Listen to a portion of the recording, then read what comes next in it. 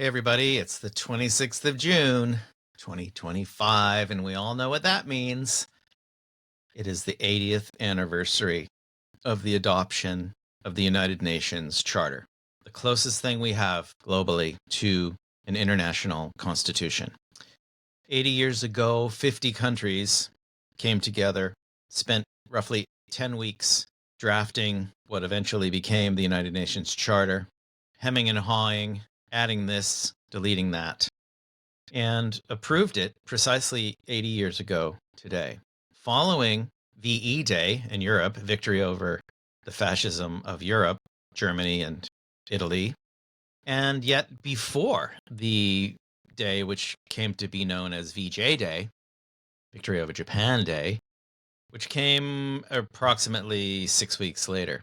So in the midst of all that, at the end of the World War, the Second World War, the 50 nations of the world came together and drafted this remarkable document. Unfortunately, most people, most places have probably never even seen a copy of the United Nations Charter, nor read it, nor understand its incredible provisions. It's an imperfect document, of course. It was a document that was always meant to be improved and amended over time, but which has essentially never been. And it was a document that was a reflection of the age in which it was adopted, 1945. There was no climate change. There was no artificial intelligence. There were no iPhones. There was very limited international air travel, so on and so forth.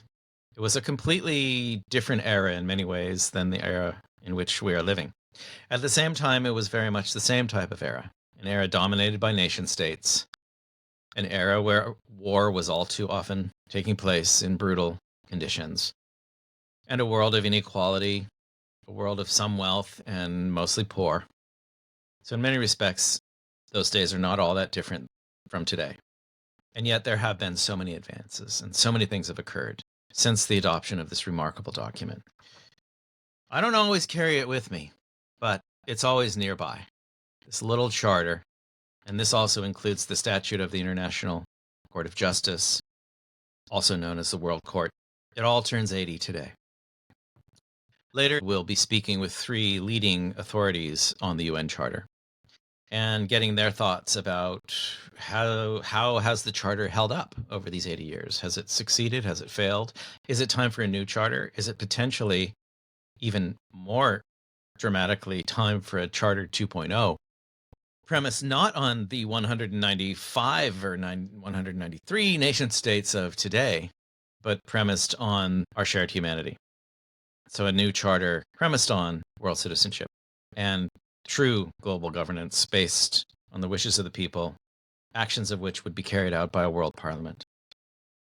I have a deeply personal connection to the charter, not only because of my work pursuing international human rights law for almost 40 years now, all of which really stems ultimately from the charter, all the subsequent treaties and standards and general comments and declarations and resolutions and all the rest that came out following 1945 can trace their origins to the human rights provisions, which are very explicit in the charter itself, something that escapes most people. This is one of the first times in the history of our species that we mentioned even the term human rights within an international agreement. Human rights now has become as entrenched, as mainstream as any other topic. Not nearly taken seriously enough, but nonetheless an incredible advancement over previous generations. The Charter begins as follows. It doesn't say we, the nation states. It doesn't say we, the dominant victors of World War II. It doesn't say the colonial powers. It simply says this: we, the peoples of the United Nations, determined to save succeeding generations from the scourge of war, which twice in our lifetime has brought untold sorrow to mankind, and to reaffirm faith in fundamental human rights, in the dignity and worth of the human person, in the equal rights of men and women, and of nations large and small, and to establish conditions under which justice and respect for the obligations arising from treaties and other sources of international law can be maintained, and to promote social progress and better standards of life in larger freedom.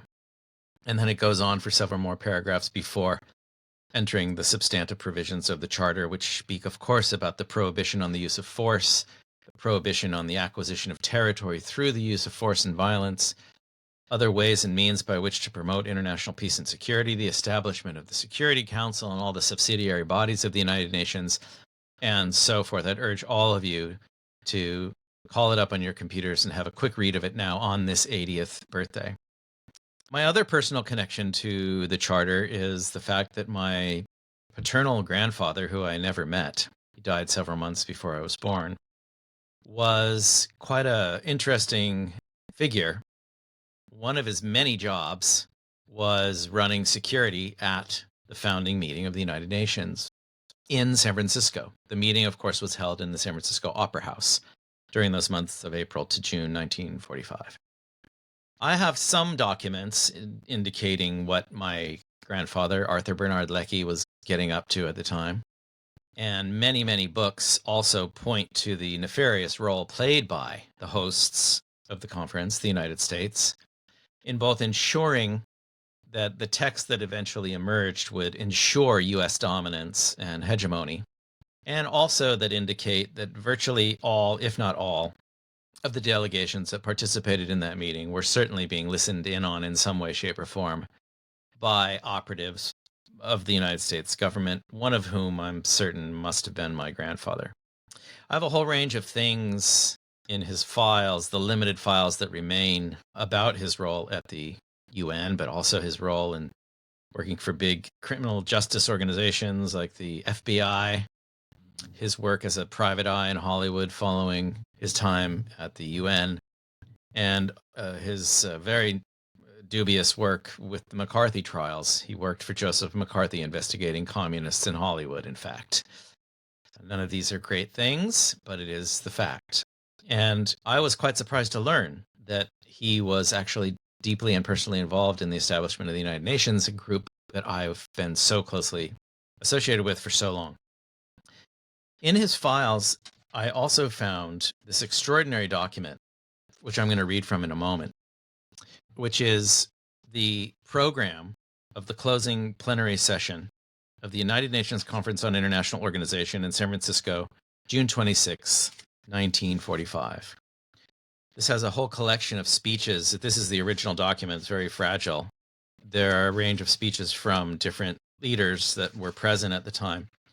And the first speech that appears, of course, is from the President of the United States at that time, the Honorable Harry S. Truman. I just wanted to read several quotes from Truman's speech to try to capture the essence of the time when this monumental document was approved and entered into the lexicon of international law and international relations. It is the document that holds us together. It is the document that creates a common standard for all of humanity to follow. As we all very well know, it is not followed universally. It is violated all the time. It is violated on this very day.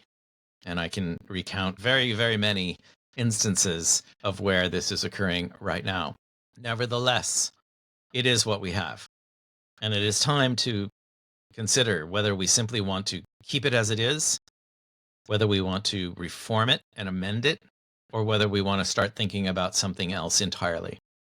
We must never lose sight of the fact that the precursor to the United Nations and the United Nations Charter was the League of Nations in 1919, following the end of World War I.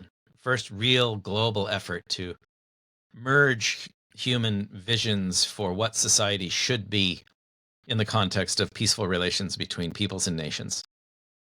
As we all know, the League of Nations only lasted 20 years.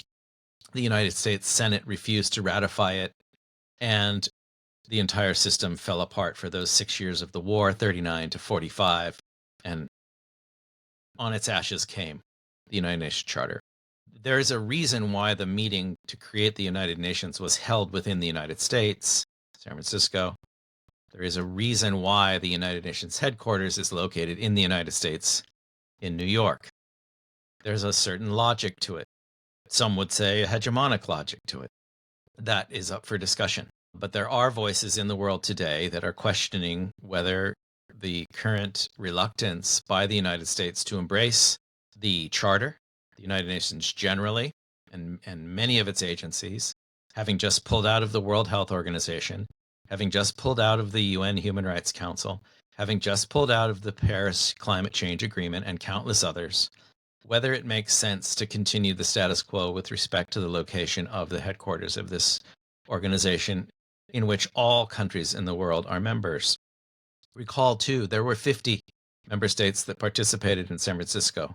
There are now 195 members of the United Nations. Some say 193, 195, around there. Virtually 4 times as many as participated in the original drafting. Many people feel it's time to engage all of those actors in thinking about something better. It's not worth trying something better if the end result is something worse than what we already have, of course, and that's the risk. There are ways to amend it, and these will be discussed later today with our panel of experts. But in the meantime, let me just read a few of the provisions that Truman chose to use when addressing the adoption of the Charter to the rest of the world. Here we go. The Charter of the United Nations, which you have just signed, is a solid structure upon which we can build a better world. History will honor you for it.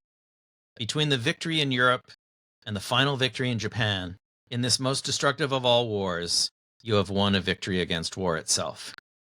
It was the hope of such a charter that helped sustain the courage of stricken peoples through the darkest days of the war, for it is a declaration of great faith by the nations of the earth.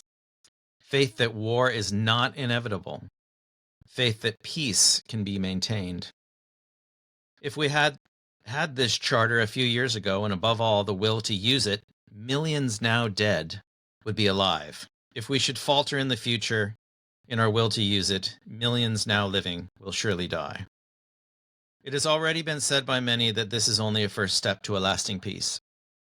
This is true. The important thing is that all our thinking and all our actions be based on the realization that it is in fact only a first step. Let us all have it firmly in mind that we start today from a good beginning and with our eye always on the final objective. Let us march forward. Now, excuse me for being a bit cynical at this point, but only 41 days following this speech, Truman gave the thumbs up to drop atomic weapons on both Hiroshima on the 6th of August, 1945, and Nagasaki on the 9th of August, 1945. Largely civilians who were the victims and who perished by the hundreds of thousands in those never before done and never before repeated acts. So that also needs to be borne in mind. Many argue that this action was undertaken as a way of preventing future loss of life.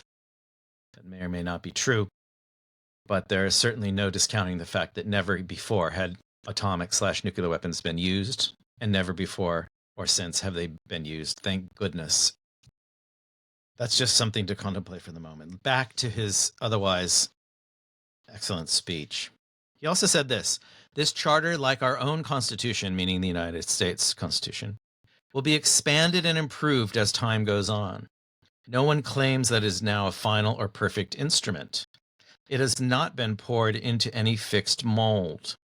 Changing world conditions will require readjustments, but they will be the readjustments of peace and not of war. Again, the cynic within questions whether that is actually what occurred. He also said it was proof, getting this charter together, that nations, like men, can state their differences, can face them, and then find common ground on which to stand. That is the essence of democracy. That is the essence of keeping the peace in the future. By your agreement, the way was shown forward, the way was shown toward future agreement in the years to come. He also said what you have accomplished in San Francisco shows how well these lessons of military and economic cooperation have been learned. You have created a great instrument for peace and security and human progress in the world. The world must now use it. If we fail to use it, we shall betray all those who have died in order that we might meet here in freedom and safety to create it. If we seek to use it selfishly, for the advantage of any one nation or any small group of nations, we shall be equally guilty of that betrayal. And then finally, I just want to read this. Towards the end of his speech, he says, "It has set up machinery of international cooperation," meaning the Charter, "which men and nations of goodwill can use to help correct economic and social causes for conflict. Artificial and uneconomic trade barriers should be removed to the end that the standard of living of as many people as possible throughout the world may be raised. For freedom from want is one of the basic 4 freedoms toward which we all strive. The large and powerful nations of the world must assume leadership in this economic field as in all others. Under this document, we have good reason to expect the framing of an international Bill of Rights, which indeed did occur, acceptable to all the nations involved. That Bill of Rights will be as much a part of international life as our own Bill of Rights is a part of our Constitution. Unless we can attain these objectives for all men and women everywhere, without regard to race, language, or religion, we cannot have permanent peace and security. With this charter, the world can begin to look forward to a time when all worthy human beings may be permitted to live decently as free people." So those are some of the sentiments that Truman put forth to the delegates of the United Nations founding document and meeting in San Francisco, precisely 80 years ago today. Next, we will have a discussion by 3 leading figures in the field of international law: Manfred Novak from Austria, Augusto Lopez Claros from Chile, and Caitlin Reiger from Australia.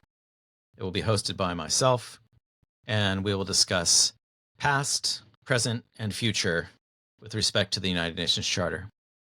Thanks for watching today. Make sure you subscribe and like and tell your friends. And without any further ado, here's our discussion.